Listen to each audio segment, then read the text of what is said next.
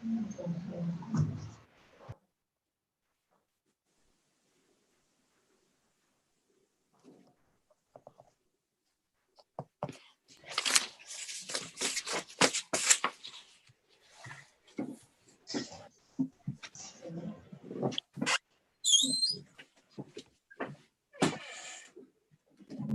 on. I can hear them talking, but you haven't got your sound on. I have. According to that, I have. We can't hear what they're saying. Liz, we can hear you, so be careful. I'm going to start swearing. He says I can't hear you, but I can. Good afternoon, everyone. Welcome to a meeting of the Spenlow Town Council Audit Committee, November the 30th, 2020. The council would like to advise that this meeting will be live streamed to YouTube and subsequently placed on the council website.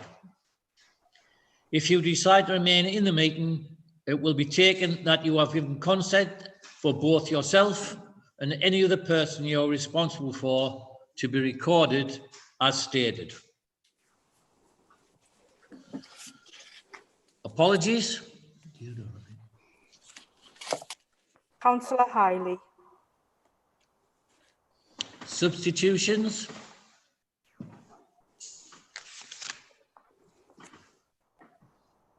None for this meeting. Declarations of interest.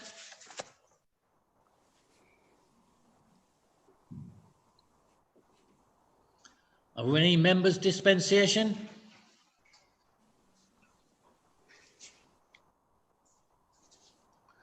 Right, item 5. Can we approve the minutes of the last meeting held on the 21st of January 2020? Can someone move and second them, please? I'm happy to move the minutes, Kevin. Thank you, councillor. I'll second them, Kevin. Thank you.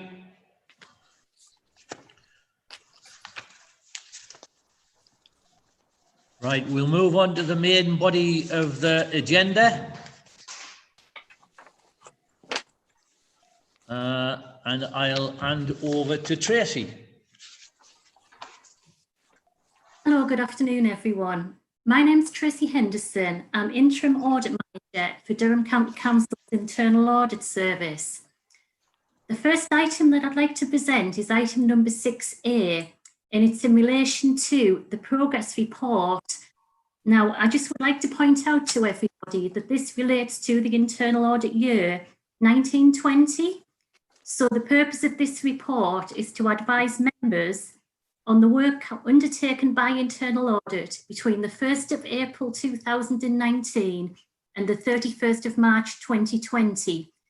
So it's in relation to the work that's provided by my service in accordance with our agreed SLA with the Town Council. So as you'll be aware, due to the COVID-19 situation, this is the first meeting which has taken place since the previous audit committee meeting was held in January 20. And therefore, just to reiterate, the narrative captured in this report does relate to the previous internal audit year 1920. The same does apply when I come to the next item number, which is 6B. It's all interlinked. So this progress report, the purpose of it is to provide the level of assurance across the Town Council that for the areas that's been subject to audit. It's to advise the committee of any significant issues where controls need to be improved to effectively manage the risks. It's to advise the committee of any amendments to the approved or internal audit plan, to advise the committee of any changes to the audit process and terminology, to track progress on the responses to internal audit reports in the implementation of agreed internal audit recommendations, and to provide an update on the performance indicators for the internal audit service, and to look at the actual performance that was set against that was planned. So as in the report, we've got 6 appendices. I'd like to firstly refer to Appendix 1, which is the risk and implications, which are detailed on page 8. But what I'd like to discuss starting with is page 9 with Appendix 2, which goes and summarises the progress made against the internal audit plan. So if you go to page 9 of the report is an appendices that summarises the internal audit work carried out between the 1st of April 2019 and the 31st of March 2019. And if you refer to the details of the report, that collates the whole year's internal audit work carried out for the Town Council between the 1920 internal audit year. It provides a summary of the assurance opinion provided where assurance work was carried out, and it also summarises the number of high, medium and best practice recommendations issued. So with what we've got is we previously reported, that we reviewed and provided a progress update of parks. That was an internal audit assurance review that was reported to committee in its meeting September 19. A review of the key financial systems and mayors and members' allowances and civic services. And these report was previously reported to committee again in the last audit meeting, which was the 21st of January 2020. So what I'd like to present to you in this meeting is Appendix 5 and 6, which identifies the additional assurance work carried out by the Internal Audit Service since the previous committee met previously in January 20. And these reviews are a review of asset management, which it's pleasing to note provided a substantial assurance opinion and raised one medium priority recommendation, and the assurance review of the use of community buildings, and that provided a moderate assurance opinion, which raised three medium priority recommendations. And if you refer to pages 13 to 18 of this report, that details the asset management. And if you refer to pages 19 to 27 of this report, that refers to the community buildings review. Because these were historic assurance work that was carried out in the 1920 year, I wasn't proposing to go through the details of these reports, Councillor Thompson, unless you wanted me to go through those. No, I'm fine. If you're happy with it, Tracy. Okay, that's great. Additional piece of work that was carried out, if you refer to section 9 of that report, is that we provided some advice and consultancy support to the council in relation to Spennymoor Town Gala, which was provided to the town clerk, and that's detailed in paragraph 9 of my report. Within paragraphs 12 to 15, we provide at the end of the year a summary of the audit recommendations made throughout the 1920 audit year. And as you'll see, this information matches the information detailed in Appendix 2. And if you look in paragraph 14, we raised a total of 17 actions, which we call actions or recommendations. At the point of the 31st of March, 14 of those recommendations were due to be implemented. And as at the 31st of March, there were 11 that were due, all were implemented, and there were 3 medium recommendations, which are detailed in paragraph 15, which were actually overdue against the original time target implementation dates that are set. And the details of these can be found in Appendix 4, which are contained on page 11 and 12. So again, just to reiterate to everyone that this is a historic report, reflects the position up to the 31st of March. So when you look at Appendix 4, you can see that there were one recommendation was made in relation to the key financial systems, where an agreed timescale had been agreed, and that's detailed on page 11, along with 2 recommendations relating to the use of community buildings, both again which had revised timescales that are detailed on page 11 and page 12. as I say, this is a historic report for the 31st of March, and I will be able to provide a more up-to-date update on the position when I discuss the context of my report 6C. Not sure if anybody's got any questions on that, or you require any further detail.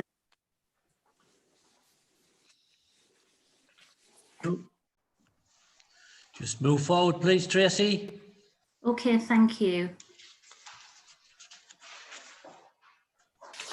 My second report is in relation to, it's item number 6B on the agenda.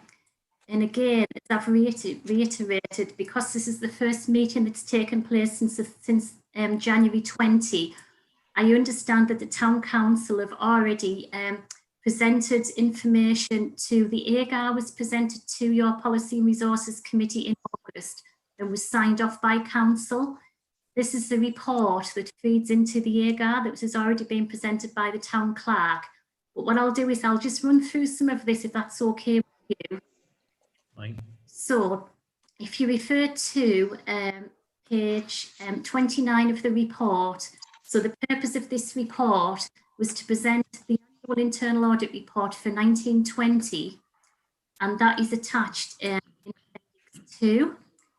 Now, this report is the first annual report that's been issued by the Internal Audit Service of Durham County Council, and it provides an opinion on the Council's framework of governance, risk management and control. Based on the work undertaken by the Chief Internal Auditor and Corporate Fraud Manager, we provided a moderate overall assurance opinion on the internal control environment operating across the Council in the audit year 1920. And that moderate assurance opinion identifies that whilst there is basically a sound system of control in place, there are some weaknesses which expose the objectives to risks. Now, I just want to also point out, because of the COVID situation, the opinion is, however, qualified to some degree. Obviously, in light of the current COVID pandemic and the impact of the Council, we've put an additional, this opinion, as a type of writing, is based on the internal audit work undertaken and completed, and that was prior to the emergency measures being implemented as a result of the COVID pandemic. Now, obviously, what we're aware of is across the board, it has resulted in a significant level of strain being placed on normal procedures and control arrangements. And obviously, the impact of COVID is changing on a daily basis, as we're all aware. And as the situation develops, and what we're saying in here, it's therefore not possible to quantify the additional risk arising from the current short-term measures which have been put in place and the impact on the framework of governance, risk management and control. Obviously, at the end of each audit year, we do provide an annual and governance statement and opinion that feeds to Council. So your next assurance opinion will be provided as at the end of March 21. I just would like to point out that, as I said, this is the first time that we've presented an annual governance and an internal audit annual report to the Town Council. And if you have a look at Appendix D, and Appendix D within the contents of the report is detailed on page 43. So if we turn to page 43 of this report, what you will see is a summary of the assurance work carried out in the 1920 internal audit year, and the reviews carried out that fed into that moderate assurance opinion was the moderate opinions were given for the core financial system review, which is creditors, debtors, income collection and banking, payroll and main accounting and budgetary control. The review of parks resulted in a moderate assurance opinion, along with the use of community buildings, and two of the assurance reviews carried out, which were the mayor and members' allowances and civic services and asset management, were two, which resulted in the substantial assurance opinion. Can I just also reiterate that the main audit assurance review that we do carry out that feeds the Town Council's assurance opinion is that core financial system review. And I think as a starting point for this being the first time we've delivered an annual report to the Town Council that the moderate assurance opinion is a good starting point for an assurance opinion to be given. I'm not sure if anybody's got any further questions on any of those areas, or you would like me to cover anything else. Got nobody requesting anything through chat. Are we okay? Yes, Yeah. I'm okay. Carry on, please, Tracy. Okay, thank you. And the last item that I would like to present is item number 6C, which is actually, due to COVID, the first report, the first progress report that we report into the Town Council for the audit year 2021. So this is actually a more up-to-date progress report for members to see where we are. So once again, the purpose of the report is to advise members on the work undertaken by internal audit between the 1st of April 2020 and the 31st of March 21. And this report was compiled just on the run up to this committee sitting, so it is up to date. The normal context of our report, the appendices, has Appendix 1, which is the risk and implications. The main appendix I'd like you to focus on is Appendix 2, which is the progress made against the internal audit plan to date, and that's detailed on page 49. If you refer to page 49, this provides a summary of the internal audit work agreed so far for the audit year 2021. And as you can see, we've completed 2 assurance reviews. One which is a review of the cemeteries, which resulted in a substantial assurance opinion. And the second piece of work that we carried out was a review of the care pack scheme that was actually a piece of advice and consultancy work that was requested by the Town Council. So I have provided within this report Appendix 5 and 6, and Appendix 5 is the full report, which is advice and consultancy on the care pack scheme with the findings. And Appendix 6 is the review of the cemeteries. Would you like me to go through some of the contents of these 2 reports in a little bit more detail? Seeing that this is new, Tracy, if you could please, I'd appreciate that. That's absolutely great, thank you. So if we go to, so first of all, I'll take you to Appendix 5 and 6. So if we refer to page 53, so the first report that I'd like to present to the committee is the review of the care pack scheme. As I say, this is a piece of advice and consultancy work, so we don't provide assurance opinions for advice and consultancy work. And the reason why we carried out this work is it was requested by the town clerk, and it was to have a look at the expenditure that was incurred in accordance with the objectives of the care pack scheme. And we carried out this work in September 2020. As you may or may not be aware, due to the COVID-19 lockdown period, the Town Council were contacted by a group of volunteers who were called the Helping Spennymoor Group, who will look at options to provide care packs to vulnerable individuals living within the Spennymoor Town Council area.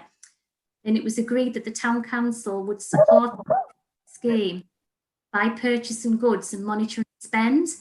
Now, the role of the Town Council was for the provision of delivery drivers. So paragraph 5 of this report goes through the funding of the care pack scheme. And as you'll see, what was provided by everybody, the total amount of income that was provided in there was just over £4,500. The care packs and the value of the care packs, the allocation was £30 per care pack. Now, the eligible care pack recipients were identified by the police, Live and Housing, Solent Connor, Fawcett Cancer Trust and the Learning Library, who provided details of the care pack recipients to Spennymoor Town Council. Now, Spennymoor Town Council delivered the care pack scheme for the first 3 weeks in March to May during the COVID lockdown period. And then at that point in time, Spennymoor Youth and Community Centre set up their own care pack scheme. So what we identified as a result of the audit was the conclusion in paragraph 10. It was pleasing to note that expenditure was found to have been made in accordance with the objectives of the care pack scheme, and the transactions were found to be accurately recorded, and support and evidence of the spend incurred was returned. A summary of the work and of the findings carried out is summarised in paragraph 11 of the report. So what we did is we looked at the funding that was received from the external sources and verified the funding. That's a table on the first page that was detailed in the current account bank details of the Town Council. The funding, and what we basically say is the amount of expenditure incurred by the Town Clerk totaled just over £3,308. So additional spend of £208 was spent on the care packs, and that was subsequently reimbursed from the Spennymoor Town Council's bank account. The receipt showed, the till receipt showed that all goods purchased were inappropriate and in accordance with the delivery of the care pack scheme. Goods were all purchased from local retailers, and a total of 154 care packs, including those compiled by the Community Association. It was the Spennymoor Youth and Community Centre. So that's how many packs were provided. All of the packs, the average cost of the pack was £29.78, which was in accordance with the £30 spend allowance that was allocated up front. And what we did is we made sure that the remainder of the money that was in the Town Council's accounts was transferred to the Spennymoor Youth and Community Centre at the point they started delivering and providing the care packs. Now, what we issued one best practice recommendation, and it was in relation to the Town Council's debit card. There were some issues with the use at the time of the Town Council's debit card. And as a result of that, what actually happened is the funding was actually allocated into the Town Clerk's personal bank account, just so the spend could be facilitated. We have spoken to officers about this, and what we basically asking is whatever the issues are or were in relation to the use of the Town Council's debit card, to look for those to be resolved. Not sure if anyone's got any questions at this point. Liz, I believe you want to say something.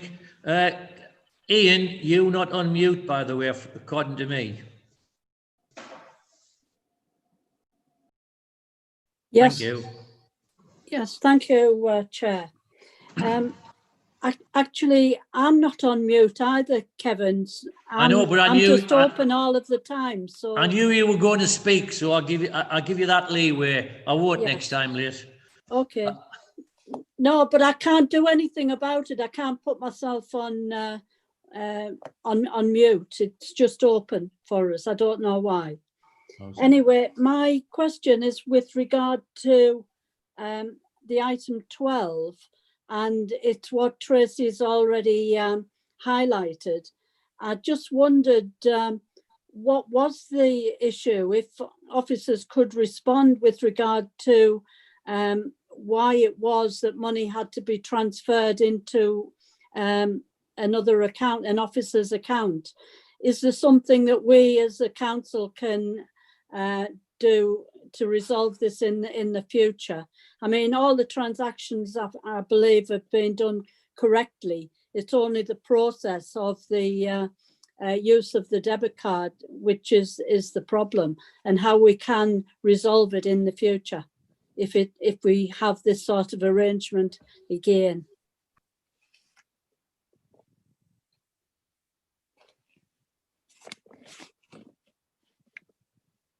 Am I okay to speak, Councillor Thompson?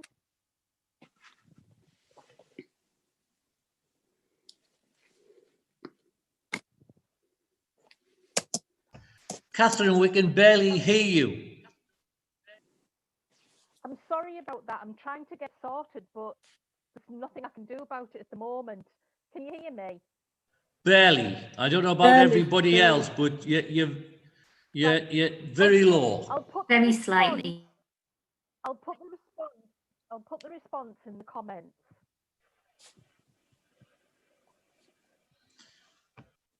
Liz, I can't understand why you can't mute. Everybody else can. Have you got a different facility to us all? Well, mine is the county council system, that I haven't had a problem with previously. And the town clerk is very faint as well for me. Right, while the town clerk's typing out what she say, I think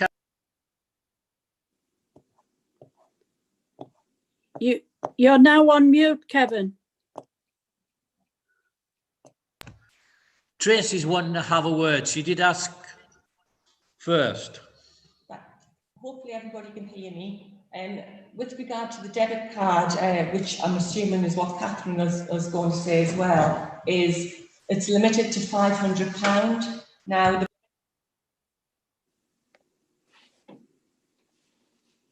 Can't hear. Councillor Thompson, you've gone on mute and we've Tracy, lost you've gone on- Tracy.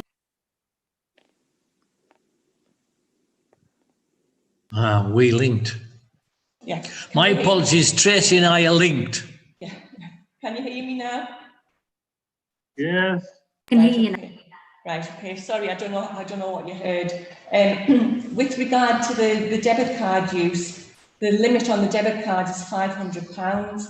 Now, the items that were going to be purchased for the care packages were going to be in excess of £500, which is the reason why the money was transferred.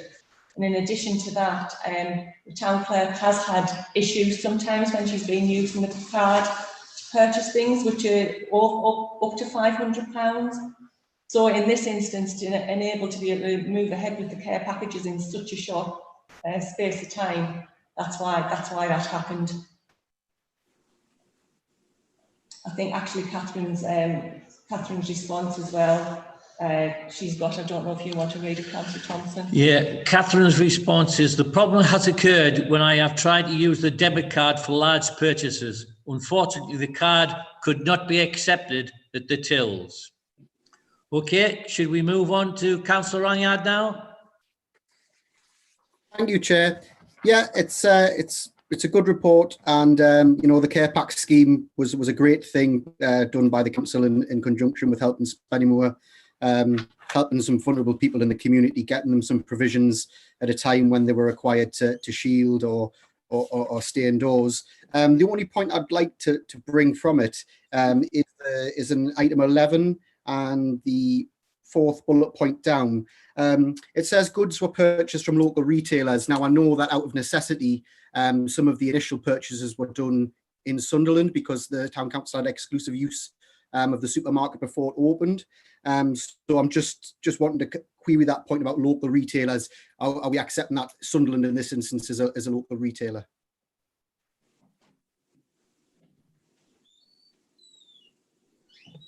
I don't currently have the details under there, but it's certainly something I can go back to the auditor that carried the work out and obtain those details and come back to provide an update on that, if that's okay. Unfortunately, I don't have those details exactly to hand, but I'm certainly can come back, provide some clarity if that's the case.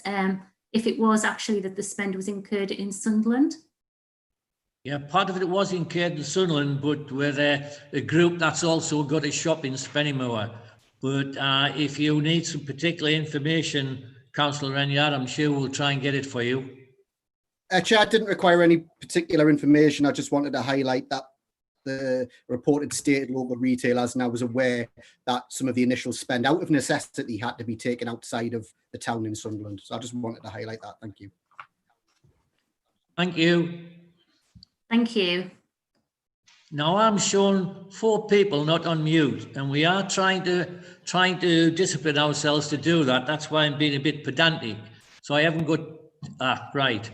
2's come back on. Liz, can you try Alt 8 to see if yours will work?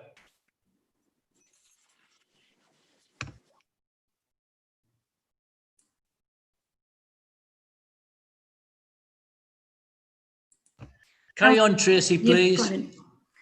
You've gone on mute now, mind, Councillor Thompson. I've come off now.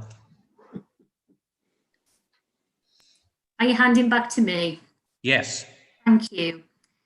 So the second appendices that I'd like to bring your attention to is the assurance review, which is the first assurance review we've carried out in the 2021 audit year. which, as I've referred to, is on the cemeteries. So if you refer to page 58 onwards, it is a substantial assurance opinion, which is good.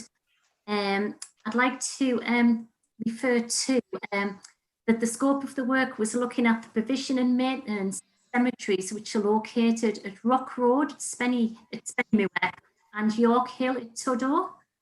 So there's some information within the report in paragraph 3 outlining what the role of the grounds and estate assistant is, who's employed at each of the cemeteries, and that they're there to take the day-to-day activity.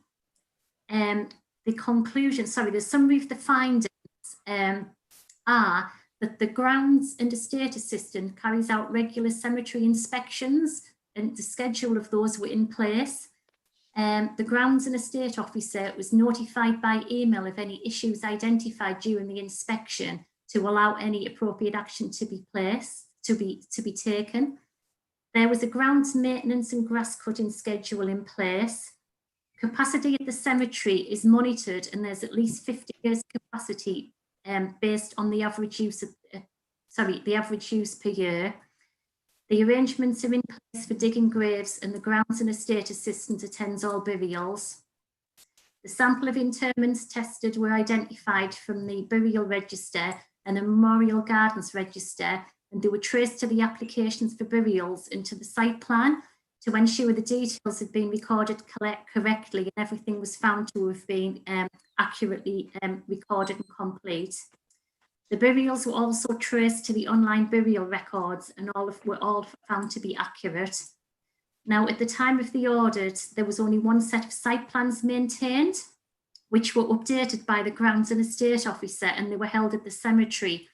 Now, during the audit review taking place, it was decided by the service to maintain a copy of the site plans at the town hall, which will be updated by the admin staff and will mirror the information recorded on the plan, which is maintained at the cemetery. Renewals for memorial plaques and vase blocks were monitored and renewal dates identified.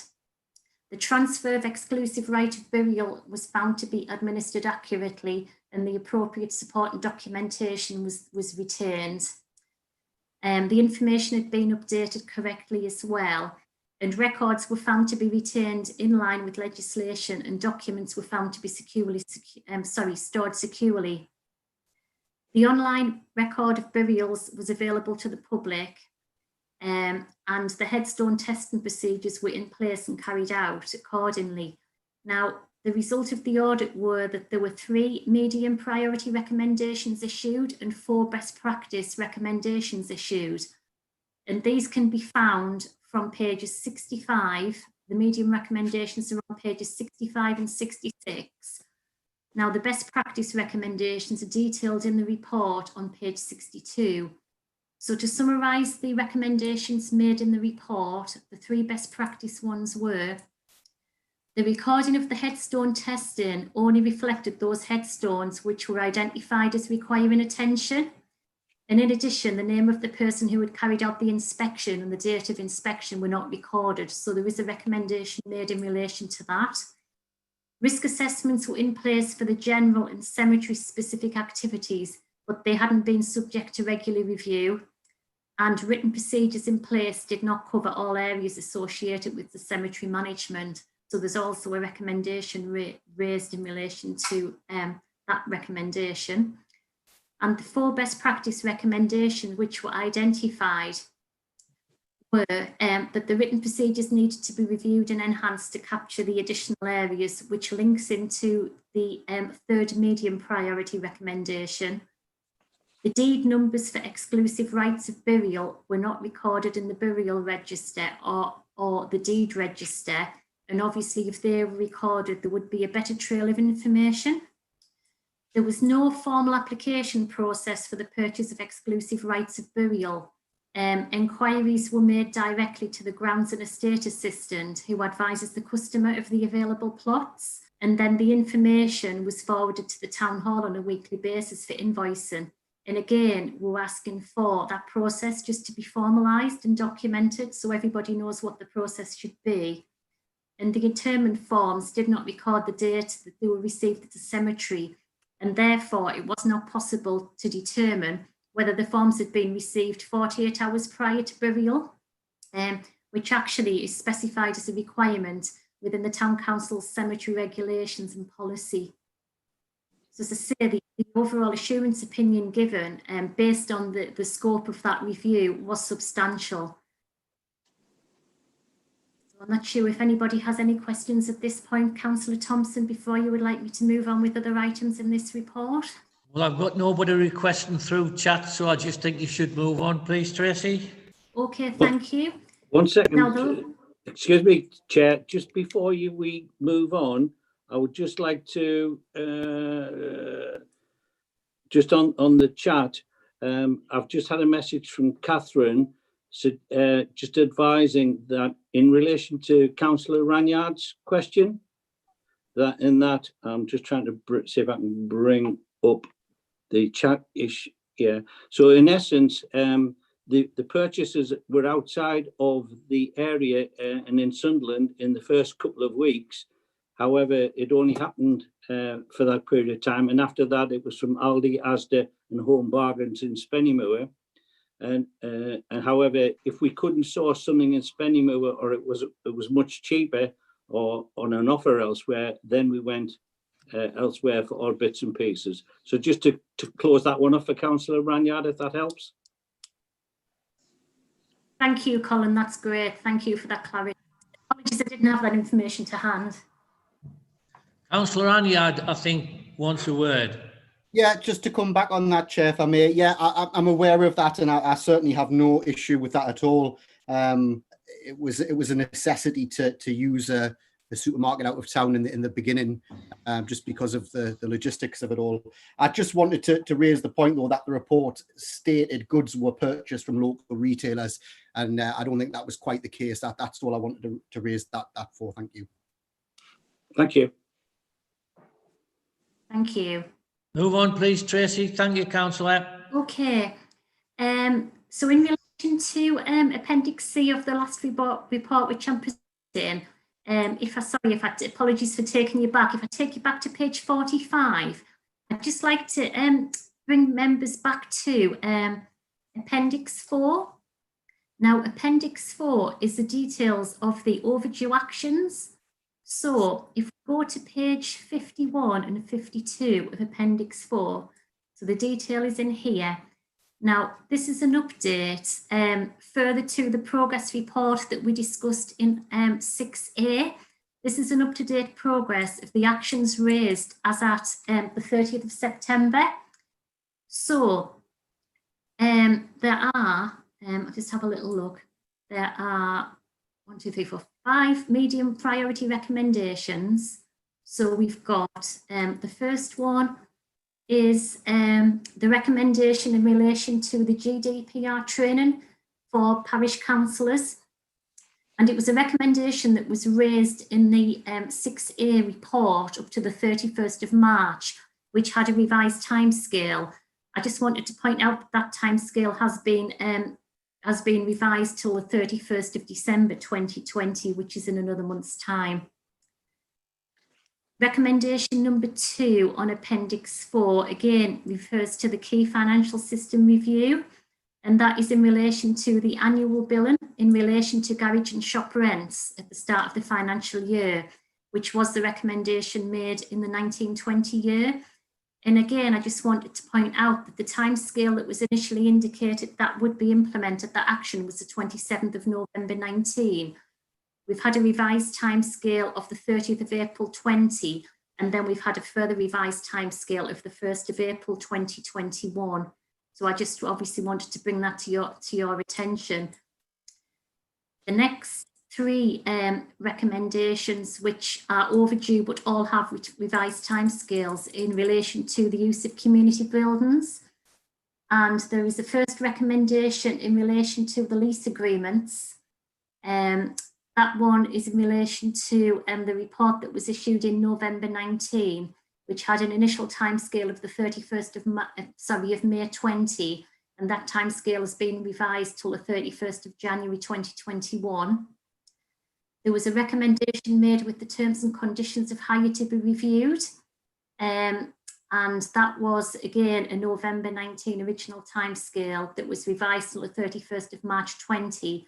That has been further revised till the 31st of October 20. So obviously that timescale has now lapsed, along with the long-standing hire arrangements. And again, this all relates to Middleton Moor Community Centre. And again, that timescale has been revised twice now, up to the 31st of March 2020. So I've provided a progress update in the far right column, as at the time of writing this report, which was just before the 31st of October 2020. So I just wanted to bring that to your attention. I'm not sure if anybody has any questions. Yes, could I bring Tracy in, please? Yes, I'll just comment on those overdue actions, just to give members an update. So the first one, the key financial systems and the GDPR training for councillors. Because of COVID, we've actually, the report wasn't approved by council until August. So those members who haven't undertaken the training as yet have been contacted and asked to do the training by the end of December. So that's the reason that one was extended. The next one, the key financial systems, the shops rents. As members know, we suspended shops rents due to COVID. So, and again, we didn't raise the annual invoices because of that suspension. So we're going to do that from the beginning of April next year. The next two, the next one, the use of community buildings and the leases. And I think members are aware that those leases are being worked on at the moment. So that's still progressing and ongoing. And then recommendation 4 and 5, the terms and conditions, that both of those have been completed now, which was after the date Tracy finalised her report. Thank you. Thank you, Tracy. Two things. We have to try and move on because Councillor Machin has to go for another meeting at 5 to 4, and we won't be quorate. And Liz, could you just try Alt A again, please? Because you were unmuted before, and then when you did that, you became muted. So could you just try Alt A? Yeah, that's worked there. Right. No one else has got anything to say, so if you want to carry on, please, Tracy. Thank you. Thank you. I've actually completed my 3 reports. I understand the rest of the reports are perhaps Tracy Woodhead's. Tracy, can I thank you very much for all that? I think that's the first one, and I think you negotiated it very well. Thank you. Thank you so much. Thank you. It was my first one. Thank you. Tracy? Right, I'll come in for the items 7 and 8. Just to cover these very, very briefly. So item 7, it's the updated audit action plans, which kind of link into Tracy's report, what she's just done. So the first one, 7A, is the summary which sets out the total internal audit recommendations addressed since the last audit committee back in January, as well as the number added since that last review. So you'll see from the summary that there's 3 items which are being addressed and 7 ongoing. And the details of those are actually provided on the additional pages. The second 7B is the audit action plan, which was from our previous internal auditor. Again, it sets out the audit recommendations addressed since the last audit committee meeting. 9 of those have been addressed or have been taken on by Durham County Council internal audit, and there's 3 of those ongoing, which we're hoping to have completed in the next couple of months. I don't know if anybody has any questions on any of those. I've got no questions on chat. Have I missed anything? Carry on, please, Tracy. And the last item, item 8, is the risk management. So there's the details there of the strategic and operational risk assessments for the council and the attached for members' information. Just to note that we review these at our senior management team on a regular basis. So if anybody has any questions, I know these have been presented a number of times to members, so they should be familiar with them. No one seems to want to say anything. So I think that's the finish. Once again, I'd like to say thank you to Tracy Henderson and everyone else, and look forward to our next meeting. And Liz, Alt A does work, so thank you for that. Shut down. Goodbye, everybody.